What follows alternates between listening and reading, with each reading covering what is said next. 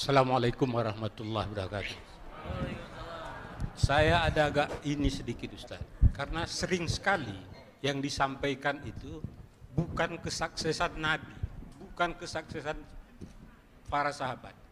Selalu Nabi dalam keadaan lapar, sahabat-sahabat dalam keadaan merana.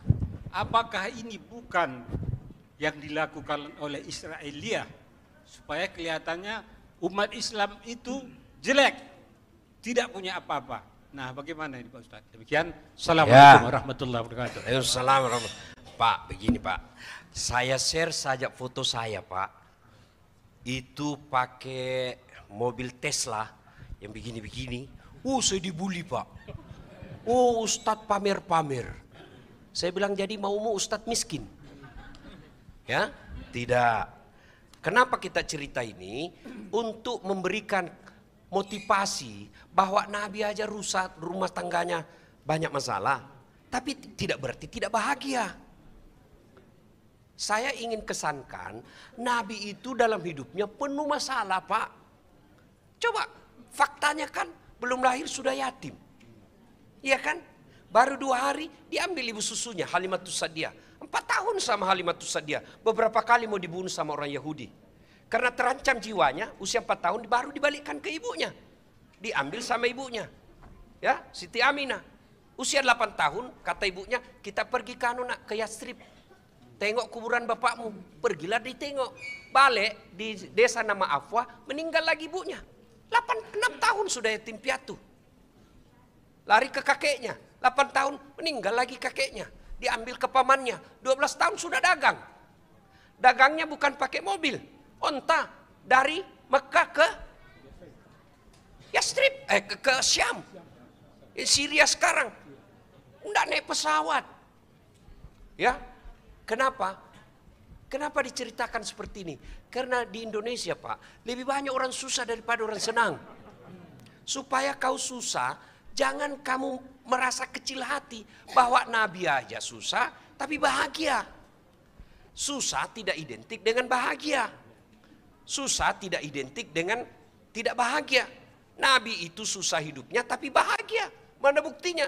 Beliau katakan, baiti jannati. Sekarang banyak orang kaya tapi rumahnya tidak dinikmati. Banyak duitnya tapi tidak dinikmati. Malah bukan namanya dia pakai.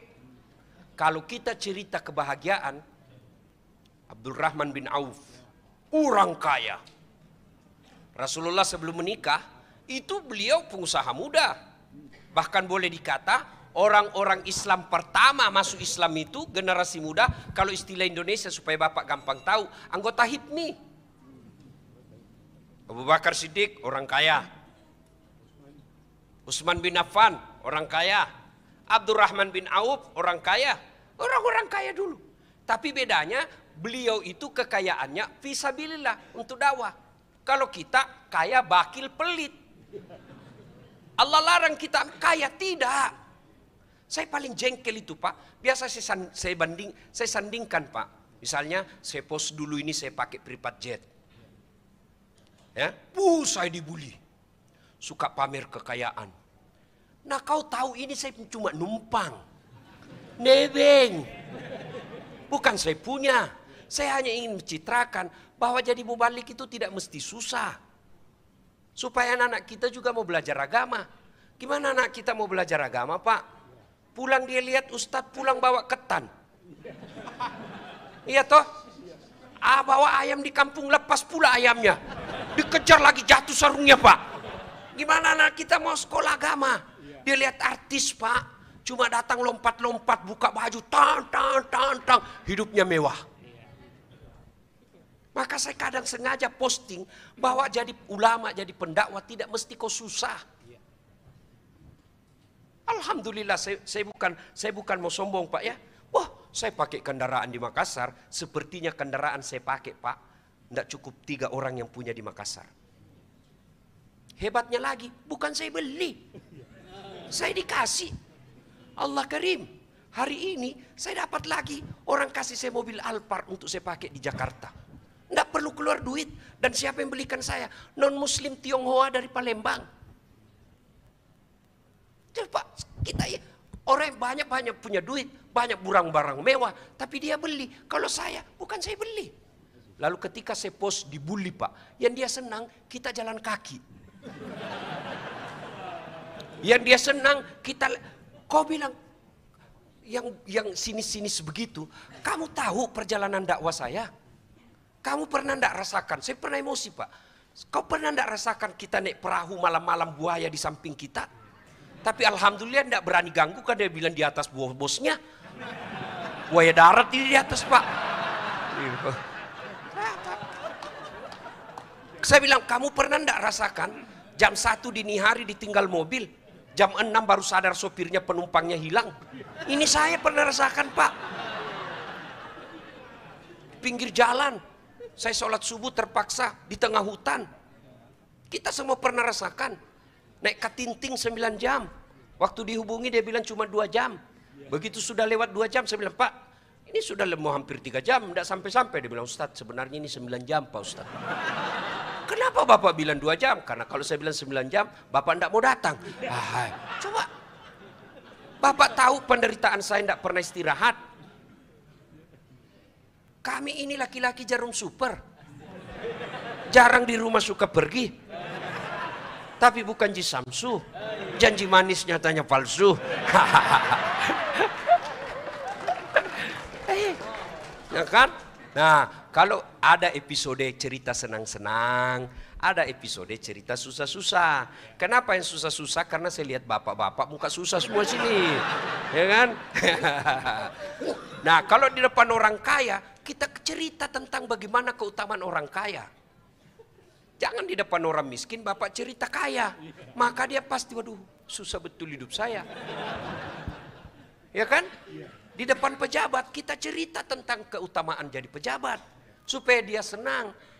Allah larang enggak kita kaya? Tidak. Yang Allah larang bakhil. Yang Allah larang at-takazur. Kau berlomba-lomba memperkaya diri, kau pamer-pamer, lalu kau enggan bayar zakat. Kemarin tuh Pak saya jengkel sekali. Saya post foto saya dengan salah satu pengusaha. Dia bilang, Ustadz, sekali-kali dong foto dengan anak yatim. Saya bilang, saya bukan cuma foto dek, saya puluhan saya sekolahkan beasiswa. Dari mana? Dari honor dakwah saya. 56 orang anak sarjana yatim piatu, enggak mesti cerdas. Saya kasih beasiswa Pak, 56 orang. Kalau lihat muka saya enggak mungkin saya punya. Dari mana saya dapat? Itulah kalau Bapak undang saya ceramah, itulah aku bagi-bagi. Saya bilang, malah ada yang balik, Ustadz Matre. Saya bilang, kau minta maaf ya, kalau enggak saya lapor kau di polisi, kurang ngajar kau. Saya marah Pak kalau ada yang maki-maki saya. Kenapa? Saya sampai seperti ini Pak, saya dari bawah itu bersusah payah supaya saya bisa dapat derajat yang agak baik. Lalu kau mau rendahkan saya lawan kamu, saya orang Bugis bos.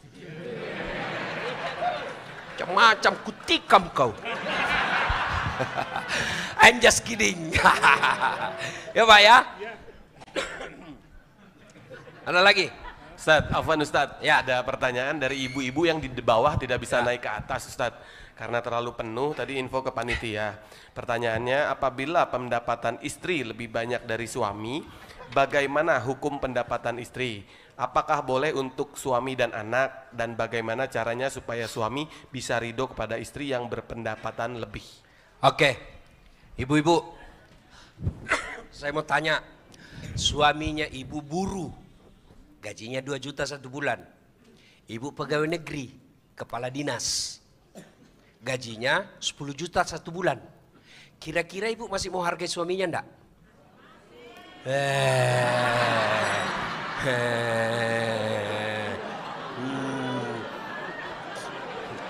Wong ada aja gajinya suamimu lebih besar masih kau bilangnya apa kau?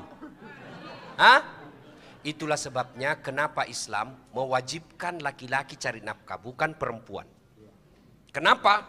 Karena potensi melawan suami. Saya ulang, potensi tidak berarti semua. Potensi melawan suami. Kenapa? Setan masuk bu. Ketika ibu normal, tidak ada masalah. Tapi ketika suamimu nasihati kamu dan kau capek pulang kerja, apa kau kata? Masuk setan. Apaan nasihatin? Dia aja gajinya cuma 2 juta. Lawan. Itu sebabnya laki-laki, kau ini laki-laki, kau yang cari nafkah. Istrimu duduk cantik di rumah, kau bawakan uang.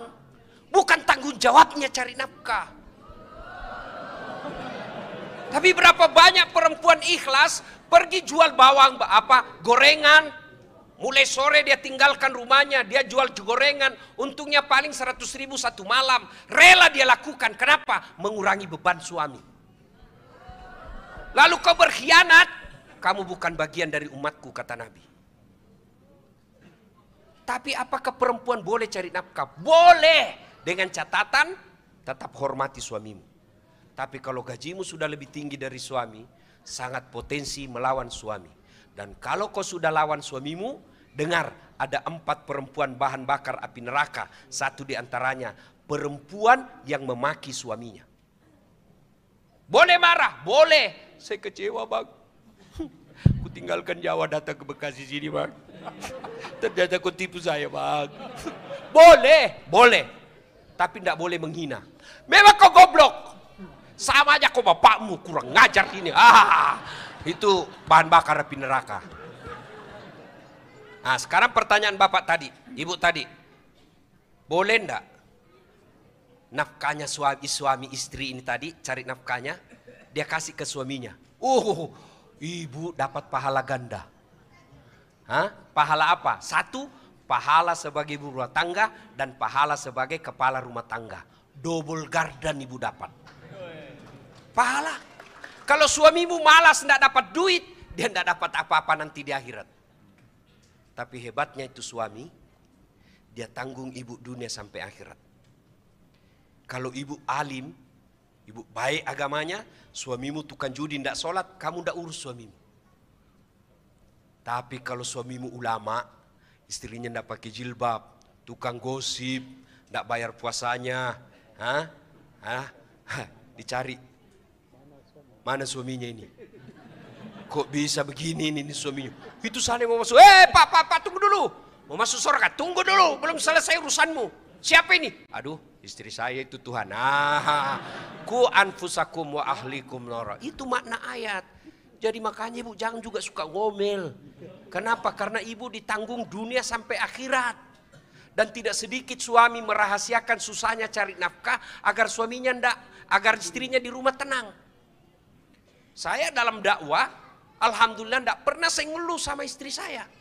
Oh saya ditinggal ini, oh saya begini, saya belum dikasih makan sudah ceramah. Tidak pernah saya cerita.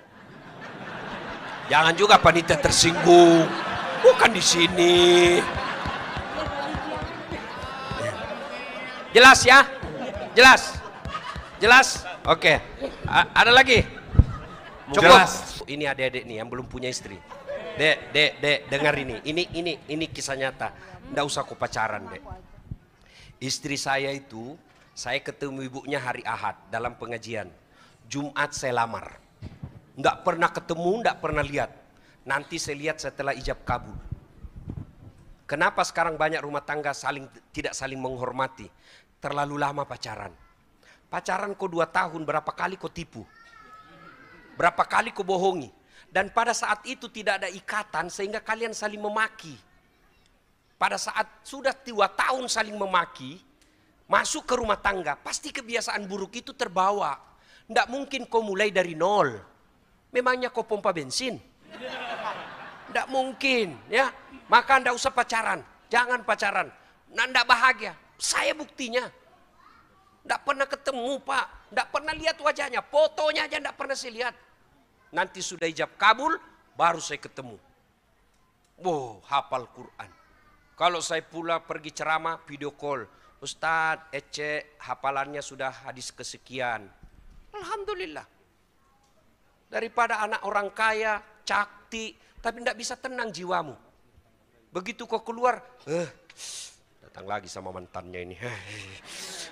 Kau kaya, kau dihinanya.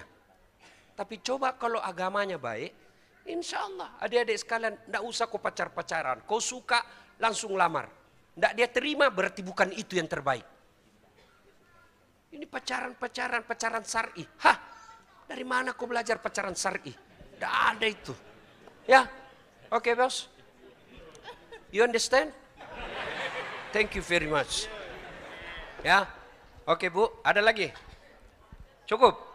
Bapak-bapak dulu. Kenapa ibu-ibu semua ini? Bapak-bapak lagi. Oh, satu. Ya, Ibu. silakan. Ya. Satu. Oh iya, silakan. Ya. Saya sebelum saya jawab, saya mohon maaf. Saya ini Bapak Ibu ya. Jangan bandingkan dengan guru-guru ibu bapak yang lain yang kenyang dengan dalil-dalil Quran hadis. Saya lemah dalam hafalan. Kenapa? Karena saya memang tidak pernah mondok, Pak. Saya SD, SMP di kampung. SMA jurusan fisika. Fisika Pak jurusan saya. Kuliah sospol, komunikasi. S2 PR, public relation. S3 juga komunikasi politik. Jadi ustadz. Kalau ustadz yang lain coba sebut, semua dari Timur Tengah. Saya dari Unhas, sospol. Tapi karena niat saya mau dakwah, mau saya banyak berusaha, biarlah Allah yang membantu saya. Alhamdulillah, ya. Biar non muslim pun senang dengar dakwah saya. Nah, alhamdulillah, besok saya mengislamkan lagi, tapi tidak pernah saya share yang mengislamkan orang. Kenapa? Saya menghargai perasaan umat yang lain. Sama juga kita Pak, kalau diviralkan orang dikafirkan kan jengkel kita Pak ya. Begitu juga orang lain. Maka cukuplah mereka dia masuk Islam, alhamdulillah ya. Oke Mi. Pak, tahu ini? Handphone. Kalau Bapak punya handphone pakai terus kenapa Pak? Lobet. Kalau lobet Bapak apain? Kalau tidak dicas? Mati. Kalau mati masih bisa pakai? Tidak. HP baru Pak. Pulsanya 10 juta. Kuotanya unlimited, bisa pakai? Tidak. Enggak. Begitu juga dengan hati. Kalau dunia terus, Bapak enggak cas, pasti mati hatinya. Lihat pekerjaannya orang baik, dunia. Lihat rumahnya orang mewah, dunia. Lihat popularitasnya orang, dunia. Lihat mewahnya jabatan orang yang semua fasilitas difasilitasi negara, dunia. Lihat istri cantiknya orang, dunia. Kapan Bapak cas? Kalau tidak dicas, mati hatinya. Punya hati tapi tidak ada gunanya. Kapan casnya? Satu, nih dengar dakwah. Dengar dakwah. Dua, berteman orang-orang soleh. Kalau Bapak berteman dengan orang soleh, Bapak ketularan solehnya. Kata Nabi, kalau kau berteman dengan penjual parfum, kalau kau tidak dapat parfumnya, kau dapat bau harumnya. Tapi kalau kau berteman dengan pandai besi, kalau kau tidak dapat apinya, kau dapat bara panasnya. Bapak tahu kulit kambing? Tahu kan? Kalau dia menjadi pembungkus Quran, kulit kambing yang hina selalu dicium. Ambil Quran cium. Selesai baca, cium, simpan di atas. Kenapa? Dia mulia karena berteman dengan Quran. Tapi kalau kita Quran berteman dengan drum, Bapak tahu drum? Bersahabat dengan kulit kambing. Apa jadinya? Dipukul Pak. Duk, salah milih teman. Ya Pak. Kalau Bapak berteman dengan Dasat Latif, tidak mungkin saya bilang, Pak, di mana panti pijat yang bagus ini? Tidak mungkin. Ya kan? Pasti ayo Pak. Di mana sholat bagus berjamaah, yang bagus parkirnya. Bertemanlah.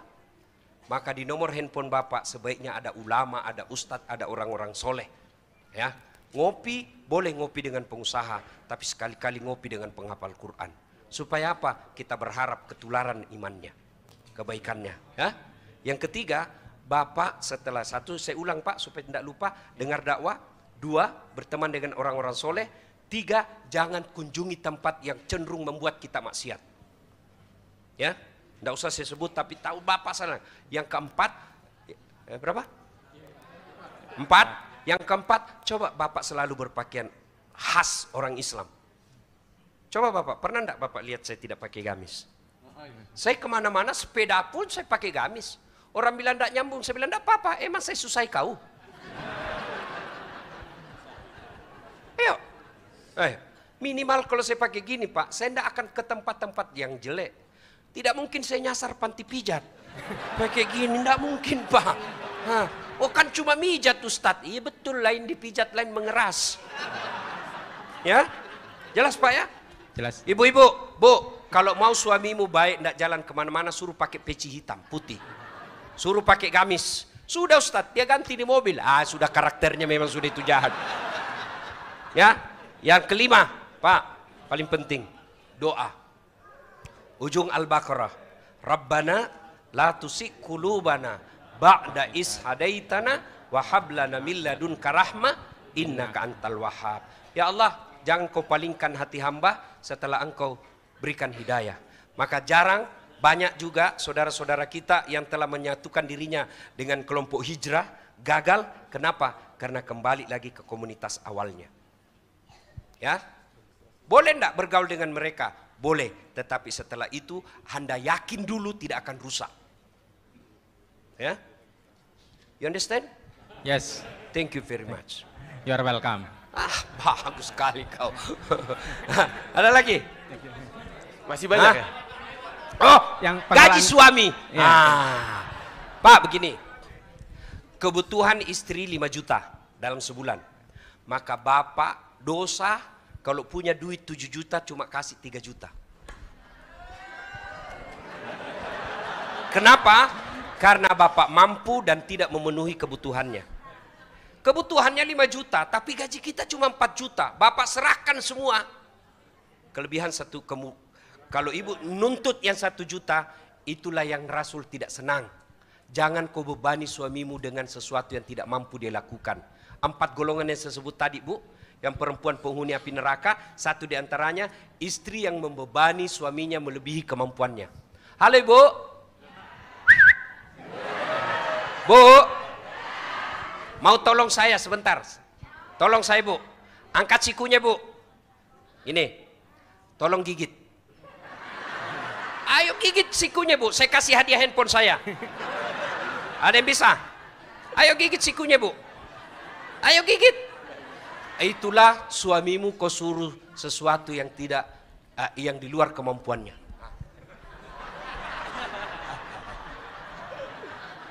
Ya. Nah, bapak punya gaji 7 juta. Kebutuhan 5 juta. Jangan kasih semua 7 juta, Pak. Harus ada namanya uang suami. Karena kalau bapak kasih semua, susah nariknya, Pak. Bener, Pak. Saya pun rasakan itu, Pak. Ya. Betul itu Ustaz, betul. Susah. Dia kalau sudah pegang uang, Pak, susah memang. Kenapa? Ibu, oi. Dengar juga saya ini, Bu. Setengah mati saya bela kau di sini. Bu. Tidak semua penghasilan suami wajib disetor ke istri. Nah, sekarang saya tanya Ibu, apa semua kewajibanmu kepada suami kau lakukan? Enggak kan? Ya Bu, maka Ibu, kalau kewajibannya suami sudah terpenuhi, ada namanya uang suami, Bu. Uang suami ini apa? Datang kemanakannya. Ibu tahu siapa itu kemanakannya? Tahu Ibu? Anaknya kakaknya. Ibu tahu siapa kakaknya? Saudara sekandungnya. Sejak kecil dia sama-sama suka duka. Lalu masa datang anaknya, kamu tidak mau kalau dikasih duit. Istri macam apa itu? Maka itu sebabnya supaya ibu tidak sakit hati di depannya kau kasih duit, maka biarkanlah dia sembunyi-sembunyi kasih kemanakannya. Dosa? Tidak. Kenapa? Menjaga perasaannya istri. Karena kemanakan terus. Ya ibu ketawa karena ibu begitu kan. Satu kali ibu masih rela. Tapi kalau tiap 2 kali sebulan, ibu betul-betul bidadari surga kalau tidak marah Bu. Tapi saya tidak yakin kalau lihat muka-muka. Tidak yakin. Ada namanya uang untuk ibunya. Datang ibunya dari kampung. Apalagi kalau ibu marah kalau dikasih mertua. Allah keri, jangan Bu, istighfar. Kadang ada istri marah kalau dikasih ibu. Itu banyak yang curhat sama saya. Dia kasih istrinya, kasih mamanya sembunyi-sembunyi. Saya bilang, iya sembunyi-sembunyi karena kau marah kalau kau dikasih. Dia tahu kamu marah.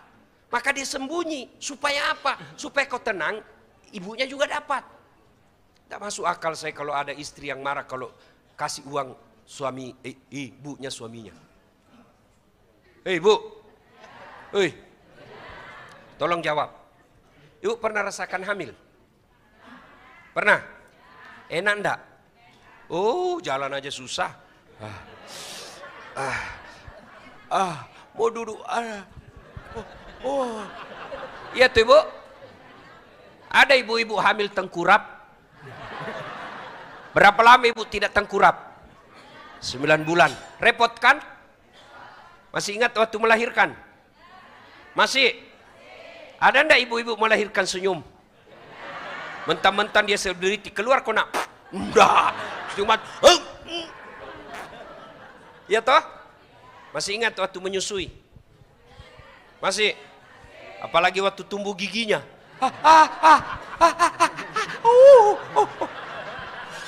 Ya tuh ibu. Nah ibu saya mau tanya. Bu, tolong jawab dengan jujur ibu. Siapa yang mengandung suamimu? Siapa? Siapa yang melahirkan suamimu? Siapa menyusui suamimu? Nah sekarang siapa yang terima gajinya suamimu? Jawab ini. Oh saya kalau istri saya kalau ada besok misalnya dia bilang pilih kau ibumu atau istrimu, saya pasti bilang saya pilih ibuku. Istri belum tentu kita jodoh sampai akhir, tapi ibu ndak ada bekas. Tapi dia ndak urus saya dari kecil, itu urusannya dia dengan Allah.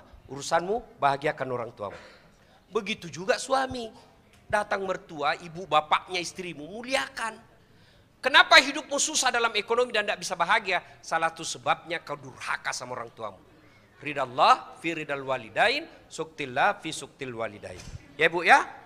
Jadi jangan pernah marah kalau suamimu kasih duit keluarganya. Ya. Yang ibu marah kalau dia pelit padahal ada. Ya. Bapak juga bukan bagian dari umatnya Nabi kalau pelit sama istri padahal bapak mampu. Ya, tidak ada orang bangkrut kalau dia sedekah untuk istrinya. Malah istrinya makin ikhlas berdoa. Ya, jelas Pak? Ya, jelas. Ada lagi. Nah, bagi istri yang menolak ajakan suaminya, pilihannya satu. Kena murka Allah. Yang kedua, ikhlaskan suamimu kawin lagi. Ya kan ibu menyerah. Iya kan? Saya menyerah Pak. Oke? Karena kau menyerah, nikahkan saya. Surga bu. Ya ibu-ibu, banyak jalan menuju surga. Memang banyak, tapi macet. Bu. Nah sekarang Pak, ini bukan bermasuk porno dan jorok ya. Ini pendidikan fikih keluarga. Bapak usia 45. Istri juga 43. 43 ibu masih sudah menopause ya bu ya?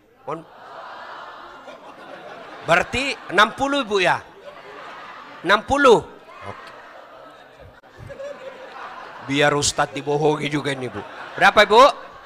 40. 50. Oke lah. Suami 55. Ibu 50. Ibu sudah tidak mampu melayani suami. Itulah sebabnya Islam menghalalkan poligami. Jangan marah bu, dengar dulu. Jangan bu, libido laki-laki itu bu, libido namanya, itu aplikasi bawaan. Ya, ibu punya handphone. Ada kan aplikasi yang di-download, ada bawaan. Yang di-download itu Facebook, Instagram, ya. Boleh dihapus enggak itu aplikasi? Boleh. Tapi itu nomor handphone. Boleh dihapus enggak? Kenapa? Bawaan pabrik. Libido laki-laki itu ibu, Allah yang kasih. Dan Allah tahu tidak ada laki-laki yang pernah puas. Kasih dia 90 tahun kasih bini baru, masih bisa dia layani. Dengar dulu. Nggak percaya? Lihat tuh. Ada itu bapak-bapak sudah 80 tahun punya istri, masih punya anak. Maka Allah tahu berat itu bagi perempuan. Berat. Maka Allah kasih hadiah. Hadiahnya apa? Insya Allah kau masuk surga kelak.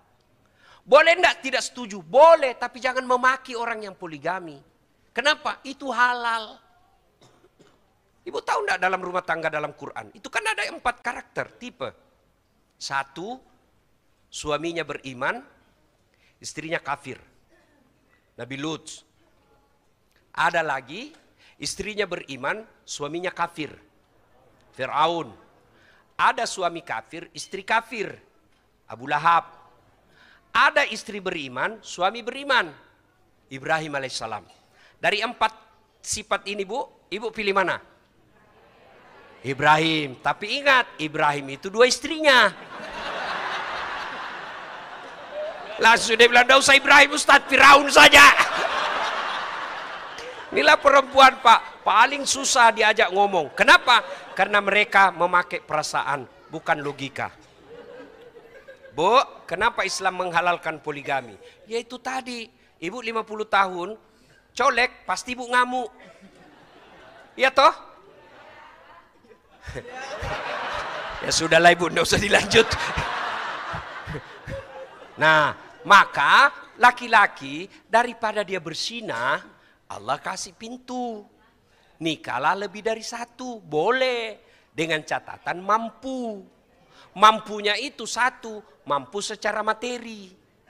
2, mampu dipermalukan. Itu juga mampu. Mampu dimusuhi anak, mampu dimusuhi istri, mampu dibully. Silakan. Boleh dirahasia, boleh. Namanya nikah siri. Tapi yang tidak boleh nikah mut'ah, kontrak. Mana itu nikah siri? Bukan berarti tidak ada wali. Tetap ada wali, cuma tidak ada surat nikahnya. Tapi tidak disarankan. Kenapa? Karena besok-besok pasti yang rugi perempuan. Kenapa? Kita hidup bernegara. Bernegara itu ada administrasinya. Besok-besok ibu mau menikah, mau sekolahkan anak, diminta akte kelahirannya. Akte kelahiran tidak bisa keluar kalau tidak ada buku nikah. Tidak ada akte kelahiran, tidak bisa sekolah. Itu siapa yang rugi? Anak. Maka bapak nikahlah secara baik-baik. Ya? Untuk menikah secara baik-baik, ada 2 kata dalam Quran. Nikah dan sawaj. Sawaj itu bahasa Indonesianya pasangan. Pasangan namanya pasangan, tidak mungkin sukses tanpa pasangannya. Ibu saya kasih sandal Louis Vuitton. Harga 20 juta. Mau Ibu? Tapi cuma kiri. Pakailah itu ke Plaza Indonesia, kiri doang 20 juta. Dibilangi kamu gila. Itu artinya bapak-bapak tidak mungkin sukses tanpa dorongan istri. Ibu-ibu tidak mungkin sukses tanpa bantuan suami. Maka disebut sawaj, pasangan. Saya bisa ceramah begini bukan karena saya hebat. Tapi karena mamanya Ece yang hebat. Mana bisa saya ceramah kalau mamanya Ece sudah marah. Begitu lagi 5 menit saya ceramah, dia bilang, "Pulang kau, pulang." Pulang kau. Kenapa sayang? Anakmu kesetrum. Itulah fungsinya istri. Maka yang baik saling menghormati. Makanya kita Indonesia sebut samawa. Sakinah, mawaddah, warahmah. Sakinah itu ketentraman jiwa. Ketentraman jiwa itu bukan dari skincare.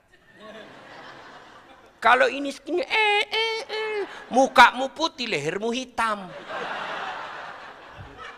Apa itu yang membuat suamimu tenang? Tidak, akhlakmu. Ya, paham Ibu? Nah, soal poligami ini bab khusus. Dan tidak akan pernah mau diterima ibu-ibu. Jadi tidak usah cerita depan ibu-ibu. Nanti kalau ibu-ibu sudah pulang, baru saya kasih tahu rahasianya. Ya, Ibu. Jelas ya? Baik. Ustadz, terima kasih banyak Ustadz, dan terima kasih Ayah Bunda Bang Kakak. Ya, dan sebelum. Ya, sebelum. Sudah habis ini pertanyaan. Habis ini kan? doa Habis. ya Ustadz. Ya, Bu, selesai dengar ceramah ini, itu kalau dalam ilmu komunikasi namanya efek. Ya, kan itu orang kalau bicara komunikasi ada 5 aja Bu.